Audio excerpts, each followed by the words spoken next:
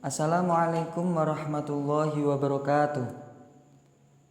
Saya mahasiswa Universitas Islam Nahdlatul Ulama Jepara dengan nomor NIM 2213100004926. Saya mengambil prodi Pendidikan Agama Islam semester 1. Pada kesempatan kali ini saya akan membuat video untuk memenuhi tugas dari Ibu dosen Yusinta Eka Farida SPD MPD, yaitu membuat video retorika. Pada video kali ini saya akan memberi judul yaitu Tapak Tilas Masuknya Agama Islam di Desa Bandung Harjo. Mari kita simak bersama dan langsung saja menuju ke rumah narasumber kita.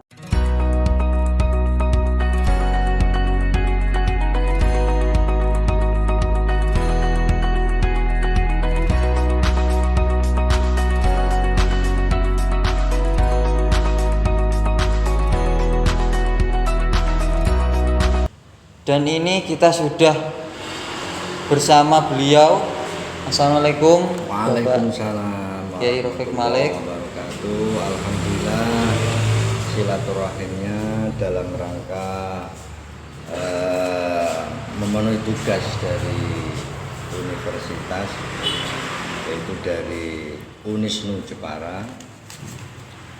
Alhamdulillah pada pagi hari ini saya senang sekali karena saudara sudah punya etikat baik untuk bersilaturahim dalam rangka memenuhi tugas sebagai mahasiswa. Sebagai mukaddimah bahwa napak tilas itu bukan tradisi baru, namun napak tilas itu sudah pernah ditradisikan semenjak manusia pertama, yaitu Nabiullah Adam alaihissalam, di mana beliau aslinya bukan penduduk bumi, tapi penduduk langit. Oleh Allah Subhanahu wa Ta'ala sengaja diturunkan di muka bumi ini, yaitu sesuai yang tercantum dalam Al-Quran, inni ja'ilun fil ardi khalifah. Oleh karena itu begitu Mbah Nabi Adam diturunkan oleh Allah di muka bumi ini, beliau Mbah Nabi Adam juga tidak hanya sekedar turun, tapi ketika Mbah Nabi Adam turun itu juga beliau membuat satu tenger. Tenger itu tanda, di mana tanda beliau mulai turun di alam bumi ini, di bumi ini, beliau sekedar bikin tumpukan batu, di mana tumpukan batu itu ratusan tahun, sehingga batu tumpukan yang ratusan tahun itu menjadi tanda mulai turunnya di muka bumi. Alhasil napak tilas adalah ajaran dan syariat agama Islam yang sudah ditradisikan semenjak Nabiullah. Oleh karena itu sekilas akan saya ceritakan untuk perkembangan syiarul Islam di Desa Bandung Harjo yang dulu populernya adalah Kecamatan Keling, sekarang sudah berubah menjadi Bandung Harjo Donorojo. Sesuai catatan dalam sejarah yang ada bahwa Bandung Harjo ini dulunya dulu ya wong lewang-lewong, tapi atas rahmat dan izin Allah Subhanahu wa Ta'ala ada beberapa tokoh yang mencoba untuk bagaimana agar supaya Bandung Harjo itu menjadi syiar Islamnya kuat. Nah, ternyata tidak semudah para dai yang model zaman sekarang, cukup dengan lewat pidato, cukup dengan lewat ceramah, dapat amplop. Tapi dalam hal ini kronologi tentang perkembangan syiarul Islam di Bandung Harjo, banyak tokoh Ya, di antaranya adalah Mbah Kiai Zarkasi, Mbah Abdullah Matori, yang kebetulan beliau adalah mbah saya.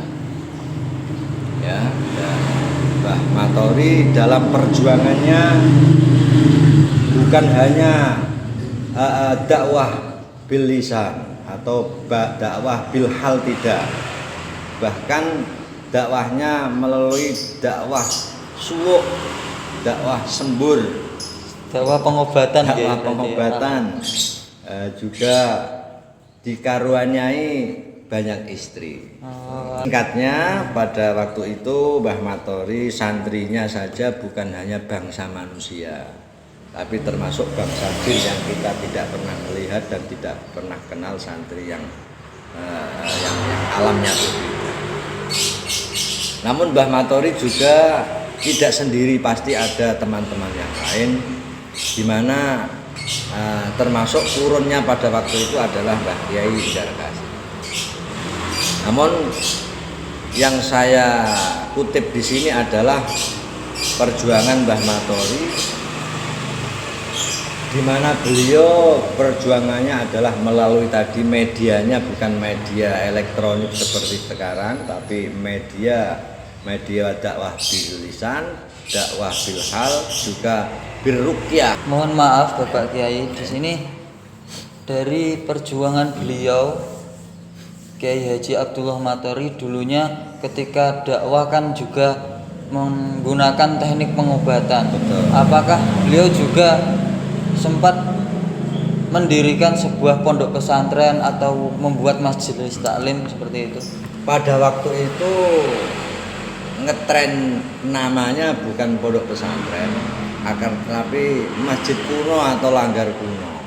Jadi santrinya itu datang dari beberapa penjuru, termasuk yang ada di lingkungan Jepara, ya, abahnya Pak Sultan yang punya tambak beras itu Ki Abdul Hadi Sebeduk, termasuk Mbah Muklim Ubuk-ubuk, termasuk yang dari segi kanuragannya juga Mbah Mantan Petinggi Rojak Jambu, ada Mbah Kiai Mudakir. Rata-rata alumninya itu digodok di samping ilmu syariat plus ilmu kekebalan atau ilmu jaduk. Sehingga saya sendiri pun juga ada warisan-warisan buku kuno ini. Tapi ini sudah kurun Mbah Matori, Mbah Malik, baru saya jatuh cucu. Insya Allah bukan saya saja, cucu-cucu yang lain juga punya. Berarti dulu Mbah Matori juga syiar kepada makhluk, yaitu manusia dan bangsa jin juga, ya. Oke, ya, mungkin karena kondisi desa sejak itu ya penghuninya juga belum begitu banyak, mungkin banyak tempat-tempat yang angker, sehingga kadang-kadang ya memang dibutuhkan untuk bantuan atau istighdam dari bangsa jin. Tapi yang jelas mbah saya itu sesuai catatan itu punya istri 4. Ya, yang istri pertama namanya Nyai Hajah Fatimah. Nyai Hajah Fatimah itu anak pertamanya bernama Hajah Maimunah. Di mana Hajah Maimunah itu diperistri oleh Kiai Hasbullah Kembang Bukosti yang sekarang punya yayasan besar itu yang namanya apa? Madarijul Huda. Yang masjidnya namanya Sabilul Huda. Istri yang ketiga namanya Nyai Ruqayyah. Nyai Ruqayyah punya anak pertama yaitu Hanafi Abdul Jamal yang pernah jadi petinggi Bandung Harjo. Iya, pernah jadi petinggi Bandung Harjo, juga plus menjadi tokoh di Bandung Harjo, tepatnya di RW 8, termasuk adanya Masjid Al-Fudullah. Ya. Terus yang Mbah Hambali juga mendirikan musola yang sampai sekarang bertepatan di RW 4 dinamakan musola Mujahidin Al-Mator. Al-Mator itu ya Al-Mator itu. Yang sekarang dikelola oleh Pak Anam, menantunya Pak Zaulin. Pak Anam ini. Oke. Istri yang keempat namanya Mbah Fatimah. Mbah Fatimah ini pernah dilanjut oleh romonya Mbah Yai Ubaidillah. Jadi istilahnya Mbah Haji Nursid itu kan bapak kandungnya Mbah Ubaidillah. Lah itu pernah bahasanya apa ya? Nilas randane Mbah Matori istri yang keempat, tapi tidak ada keturunan. Begitu juga Kiai Sadzali niku bin Mbah Murtado. Mbah Murtado itu bin Mbah Mokeco. Ketika itu Jawanya punya nama Mokeco. Terus naik haji, setelah naik haji terus namanya dirubah menjadi Haji Sulaiman alias Mokeco.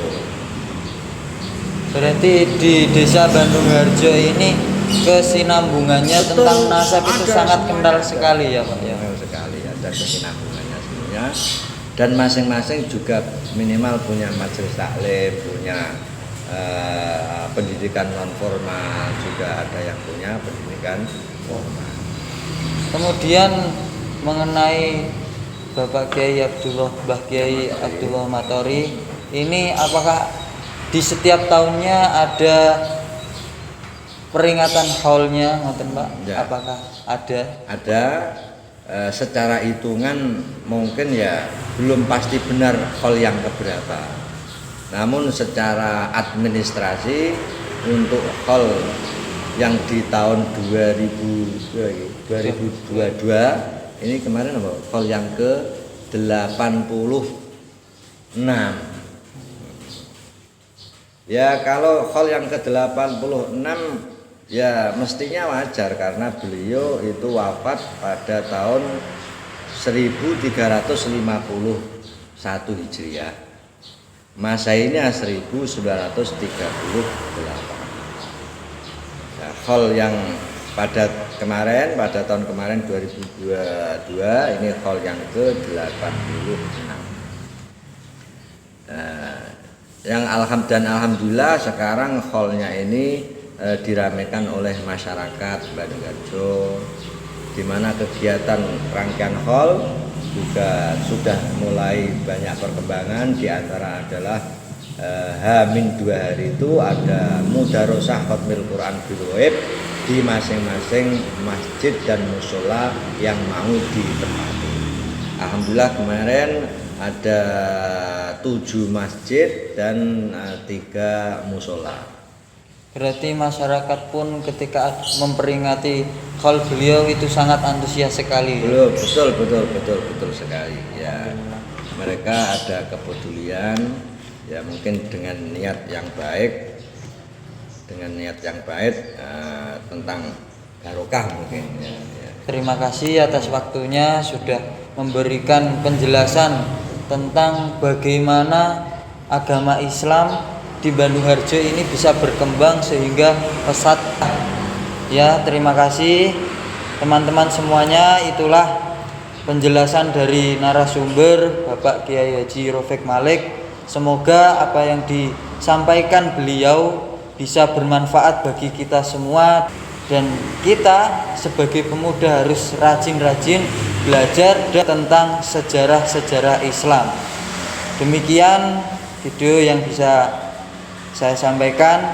Apabila terdapat kesalahan, saya mohon maaf yang sebesar-besarnya. Akhirul kalam, wallahul muwaffiq ila aqwamit thoriq. Wassalamualaikum warahmatullahi wabarakatuh. Waalaikumsalam warahmatullahi wabarakatuh.